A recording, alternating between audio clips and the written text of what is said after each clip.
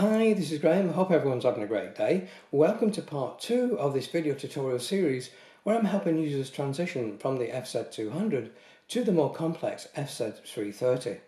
Remember, in part 1 we saw how to emulate the side focus button on the FZ200 by using the function 4 button on the FZ330 to give us the same access to the set focus area screen.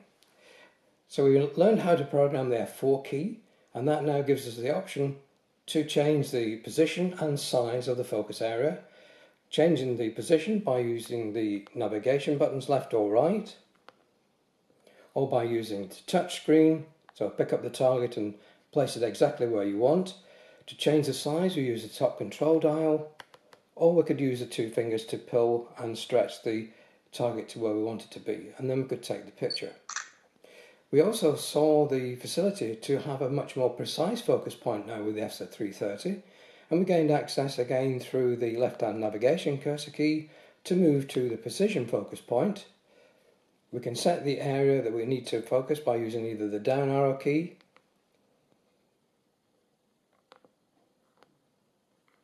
so we can actually see the area that we're going to get exactly in focus when we take the shot.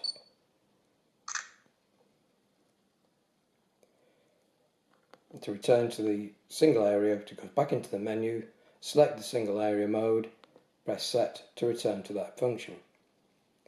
In today's video I'm going to expand a little bit on some of the shooting options and then look at the other autofocus modes and then finally the manual focus.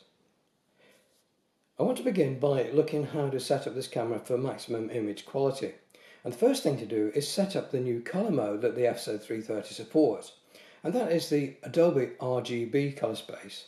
With the FZ200 you are limited to the Adobe sRGB space, which has a much constricted colour gamut. So with the 330 we've got the extended range of colours available to us, and that's greatly important if you're going to be printing your pictures, as most printers work in an RGB mode rather than the sRGB mode. sRGB mode was really designed for web pages and video displays, but if you want to print the pictures with the highest colour gamut, then you should switch over the camera to the RGB mode. And you find that in the setup screen, and it's on page 7. So a quick tip to get to page 7 is to use the zoom button to get you to page 7. So if I zoom towards the wide position, it takes us to the last page of the setup. So here we have the default colour space, which is the sRGB.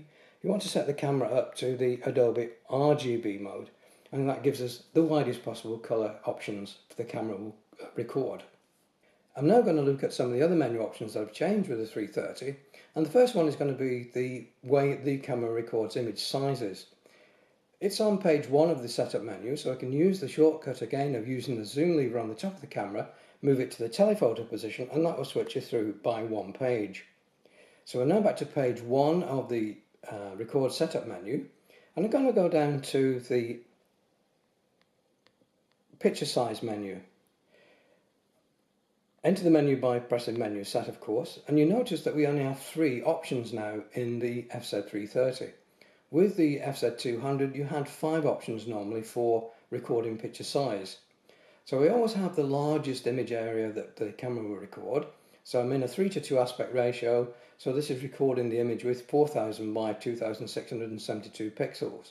So that gives an equivalent size of 10.5 megapixel. Then we have the extended zoom modes of the 7 megapixel and the small of 2.5 megapixel. In the FZ200 we had an even lower resolution of 0.2 megapixel for VGA screens, but they've been discontinued in the FZ330. So we only have the 3 options in any of the aspect ratios. To return to the menus, press menu set. The aspect ratios are still the same. We have the same 4:3, 3:2, 16:9 and 1:1. But you notice we're now with the displays. The displays are slightly bigger. The LCD of the 330 gives about another 5mm of image size with any of the aspect ratios. Because the aspect ratio of the main LCD has changed, it's slightly, it's a 3:2 aspect ratio, where the FZ200 was a 16:9 aspect ratio. Let's now look at the photo style menu, and again we have the usual standard vivid, natural, monochrome, scenery, portrait, custom, and then back to standard. And each one of those can be customized as usual. And if you step down into any of those parameters, you notice now that instead of just 2 steps of increment, we have 5, much like the Micro Four Thirds system cameras have got a much more extended range, so you've got finer points of change between each step. So with contrast, sharpness, noise reduction and saturation, you can change the profile of each of the photo styles. I've done a bit of experimenting around, and actually I found that just +2 on sharpening just tends to give that JPEG a little bit more crispness out of the camera. But these are all personal preferences, and it will depend on the lens and it will depend on the sensor noise as to whether these have any effect at +2 or +3. It's really up to you to just do some experimentation to find what values suit you. The filter setting menu is exactly the same as turning the top control dial to give you the artist color palette, and it gives you the option to have things like the expressive color mode, retro, old days, the usual range of filter effects that you can apply in the color mode on the top control wheel. Whether this gives you a quicker access, I'm not sure. These are something that I rarely use, but they're there for the people that do like to have Instagram type effects with their pictures.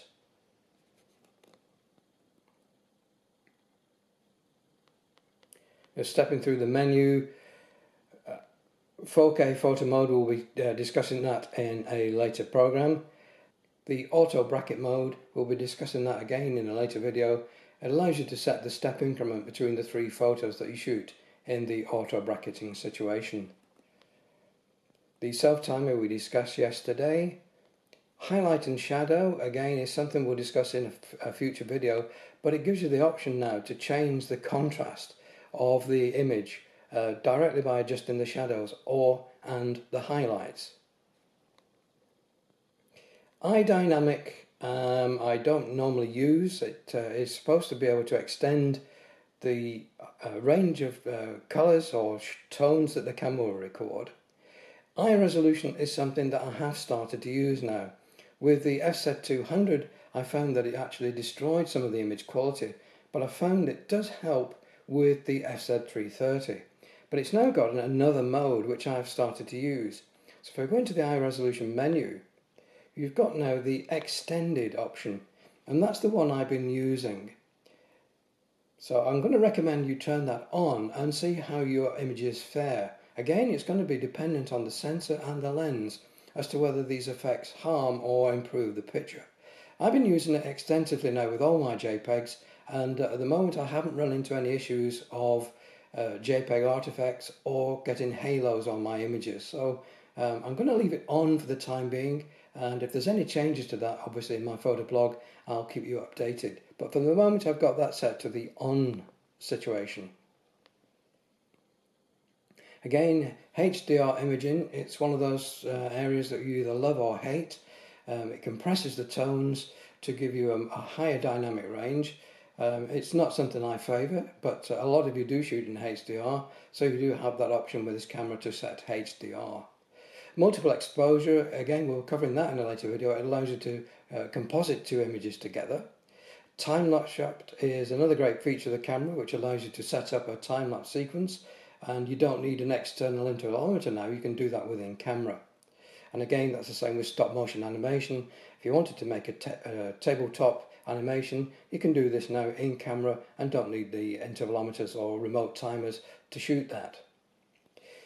Another great feature of this camera is the option now to use the electronic shutter. With the FZ200, you can only use that in the burst mode, and that gives you a limited image size. But the shutter now has been changed, so you can either use the conventional mechanical shutter or we can use the electronic shutter. And the electronic shutter gives us the option to go up to a 16,000th of a second exposure. You are limited on the lower end to a 60th of a second, but it's for the high speed mode that this shutter really comes in. You can leave it in the auto mode and the camera will determine the best shutter to use for the exposure time that the camera's determined. If you want a really silent mode, then you select the E shutter, and providing you can get the exposure longer than a 60th of a second, they can use it.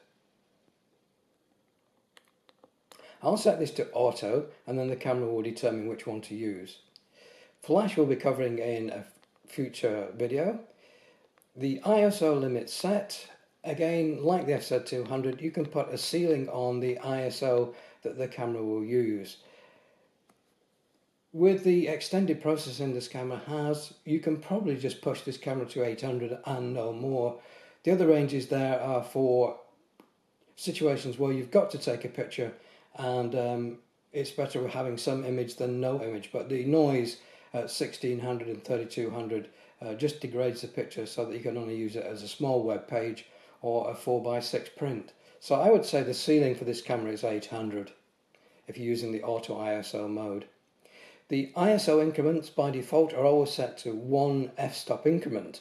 I find that too coarse and I like to change that to 1/3 of an EV, so now I get the intermediate steps as I change the aperture. You've probably heard me talk about diffraction, and diffraction starts to happen when you get to smaller apertures, and it's the way that light is curved when it leaves the sharp edge of an orifice such as a diaphragm in a camera lens, and it starts to actually disperse the light. Diffraction compensation, I'm guessing, is a sharpening process that starts to increase as we go down to a smaller aperture. I've left it in auto mode and again not noticed any image degradation. iZoom is exactly the same as the FZ200. It gives you the extended zoom if you wanted to increase your zoom beyond the 600mm effective focal length. Digital zoom, never ever use digital zoom. All you're doing is cropping into the picture without doing any interpolation, so you're just going to get pixelation. The conversion menu is exactly the same as the FZ200, allows you the option to change it for the close-up lens or the teleconverter using the LA7 tube, but if you've seen my videos with close-up lenses and macros, you don't need to use that option for close-up. Colour space we've set to RGB, stabilizer is exactly the same as the FZ200, except that in the video mode we've now got enhanced stabilization to give us 5-axis stabilization to allow us to get smoother video recording. Face recognition and profile are for face recognition. We may cover that in a later video, but I don't normally use face recognition. So those are some of the immediate changes in the record setup menu. We'll be looking at menu options that need to be changed as we progress through these videos. So I don't want to bog down this particular video with going through all the menu options. We'll approach those as we need them. Yesterday we looked at AFS focus mode. Now we do have the option to use autofocus continuous so that the camera will be continuously focusing while we're pointing it at our subject. And the AFC is enabled by going to the top switch adjacent around the AF/AE lock button. So when we switch that to the AFC mode, the camera is in a continuous focus mode. So if the subject changes, then the camera will track that change. The AFS and AFF modes, again, they're similar to the FZ200. It's just the way the camera uses an algorithm to determine where the subject is, if there is any subject movement. The AFF mode allows the camera to change the focus point, irrespective of whether it's moving forwards or backwards. In the AFC mode, it's requiring the subject to move in the same direction, and it can compute where the focus point would be based on the rate of change of the speed of the object. It's a bit of a hit and miss process, and you'll find that the tracking doesn't work that great if you start to get subjects which are moving fairly quickly. Remember, it's got to move the focusing system within the lens, so it depends on the mass of that focusing system as to how quick it can actually accommodate the change in focus distance. So if you are using AFC in a burst mode, then it does give you the option to try and capture at least a couple of frames within that sequence which will be in focus. Let's now look closely at the manual focus mode. It's much more improved, as you'll see, over the FZ200, and it's even improved over the FZ1000. It's still not as accurate as a mechanical focused lens, but it is a lot better, and you get a lot finer control with the FZ330 now. The new focus wheel on the side of the camera is the key to the success of this mode. Let's look at some of the options we have to set up manual focus first of all before we look at some of the images. In the setup menu, and you'll find it under the custom mode, you've got manual focus assist. Now this is the option where you can either bring up a picture-in-picture display of the focus area, or we can actually set the screen to be the whole area that we use to magnify the image. We can actually change that option to operate with when we move into the manual focus using the cursor key, that's the one on the left hand side, the left hand navigation, or we can set it up to give picture in picture with both the side lever and the focus area button on the back of the camera. So with both of those selected, if I rotate the side lever, you get the picture in picture.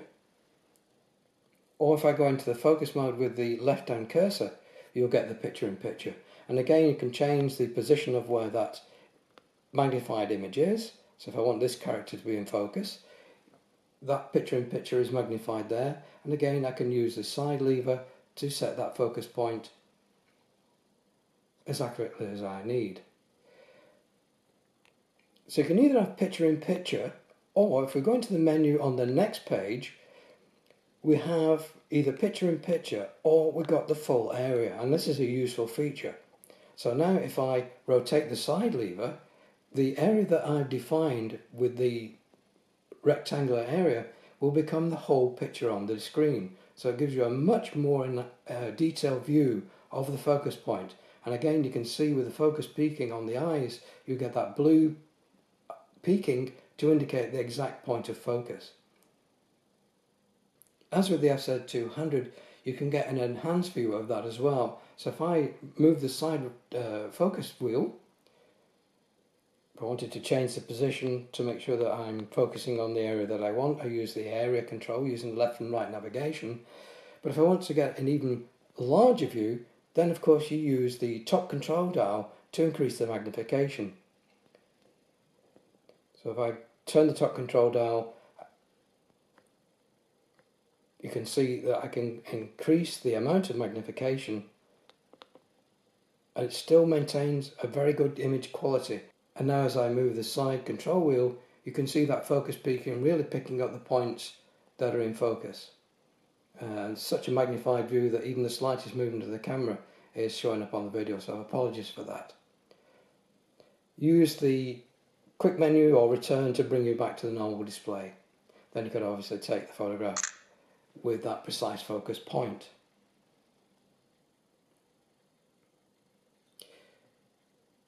You could of course set that area you want to look at with the touchscreen. So if I wanted to look at this other character, then I could change the focus point. Again, as I move the wheel on the left hand side, it brings me back to the full magnification that I previously set. Again, you can use a top control dial to decrease that.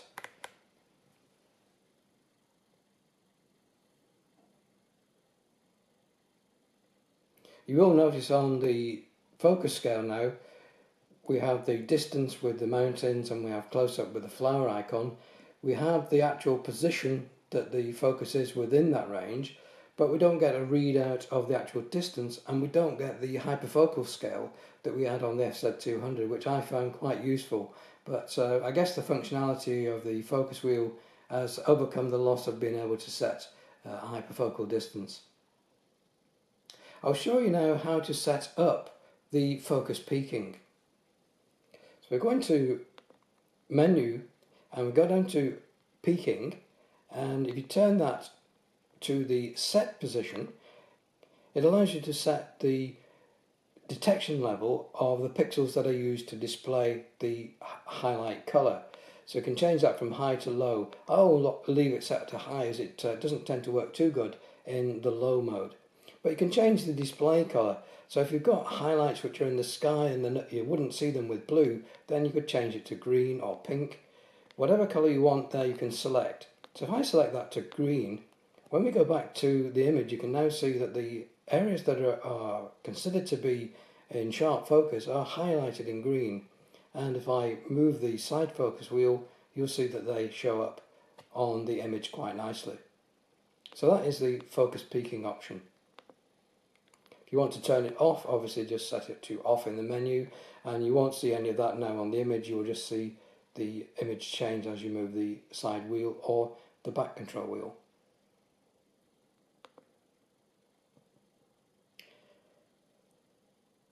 If you're in the autofocus mode, so go back to the AFS mode, you've got the focus beep.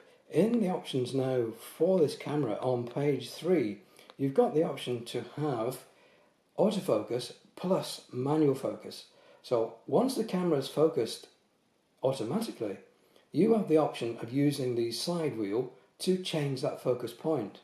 So if, for example, if you're shooting a bird in a tree and the camera focuses on a branch in front of the bird, then you could quickly use the side focus to change that focus point to the bird. So if you set autofocus and manual focus to be on, when you have to press the shutter button, if you use the side focus wheel, it will bring up a picture-in-picture of the area that's going to be considered in focus. Let me demonstrate that. I'll have to press the shutter button. So we've got the focus lock, and now I can change the side control wheel, and it brings up that enhanced view of the actual area that's in focus. So that's the focus point I want, and now I continue to take the picture by fully depressing that shutter button. So let me do that one more time. I have to press the shutter button, get focus lock, move the side control wheel, check the focus point you need, and then take the picture. So that is a useful feature if you're shooting things like birds in trees, as I mentioned previously. There's one final option in the manual focus system that you can either turn on or turn off, and it's on by default, and that is the display of the actual focus position on the focus scale. If you wanted to turn that off so not to distract you when you're actually focusing, if you go into the menu in the custom setup, it's manual focus guide. So if you turn that off, you'll notice that when you actually manually focus, if I turn the side control wheel, we now just have the screen for focusing. We don't have the guide to tell you whereabouts you are between the landscape and flower icon. I'll turn that back on. You now see that as I turn the side control wheel, you get the indication of where you are on the focus scale. With the FZ200, you have the facility to give you a quick autofocus in manual focus mode, and that thankfully has been brought through to the FZ330, and you push the button on the side of the camera, which will now force the camera to make an autofocus even though you're in the manual focus mode. So if I push the button on the side, it focuses the camera to focus at that point, and then you can actually then choose your manual focus point by using the side control wheel to change the actual focus area.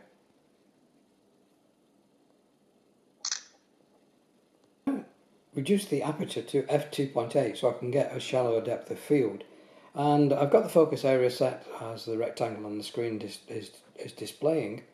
So if I change the side focus, then obviously you can change the focus point, or you can use the side button to give me the autofocus, or if you're in the shooting mode with your stylus, if you press the AF target, it will actually force the camera to focus on that point.